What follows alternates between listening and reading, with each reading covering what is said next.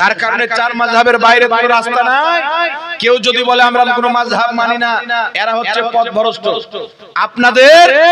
আপনাদের মুর্শিদাবাদের মাটিতে আপনাদের পাশে হবে জলঙ্গি থানা, নাই পাশে? এটা বিমল দাসের বেটা তিরঙ্গা দাস বেরিয়েছে, নাম শুনেছেন?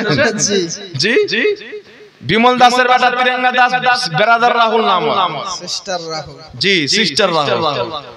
এই লোকটা মাঝে মাঝে আলিম ওলামাকে চ্যালেঞ্জ করে, এটা কিয়ামতের আলামত।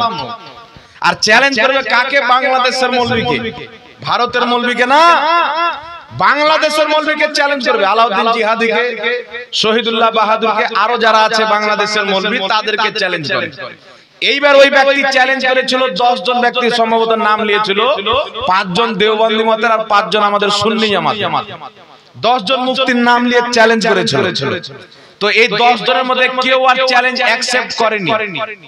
মানে এই 10 জনের মধ্যে এদের বক্তব্য হচ্ছে যে তোমাকে আরবি পড়তে হবে।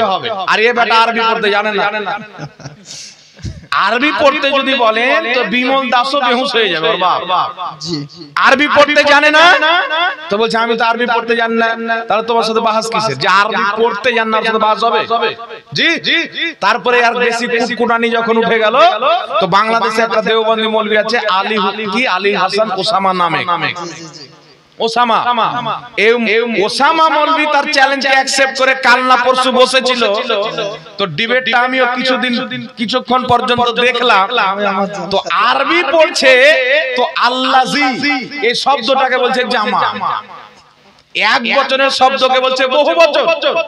তারপরে লেখা আছে আখাযা, তো বলছে আরাযা, আখাযাকে বলছে আখারা, মানে উল্টা পুল্টা আরবি পড়ছে।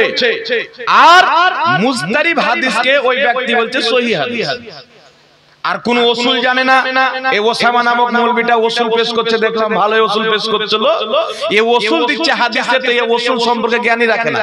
এ যেটি মুখস্থি করিয়ে দিয়েছে ওর বাপ দাদা, ওটিকে বারবার রিপিট করছে। আর বারবার ব্যক্তিগত মানে হামলা করছে, পানি খেয়ে নাও ব্রেনটা ঠিক হয়ে যাবে, একটু রেস্ট নিয়ে নাও, পানি খেয়ে নাও, উমুক করে নাও, ধুমুক করে নাও। আমি একটা কথা বলতে চাই বাবা, আপনারা কেউ যদি আমার সহযোগিতা করতে পারেন, এই গাধাটাকে একবার আমার সামনে গিয়ে বসাইতে পারবে? সুবহানাল্লাহ।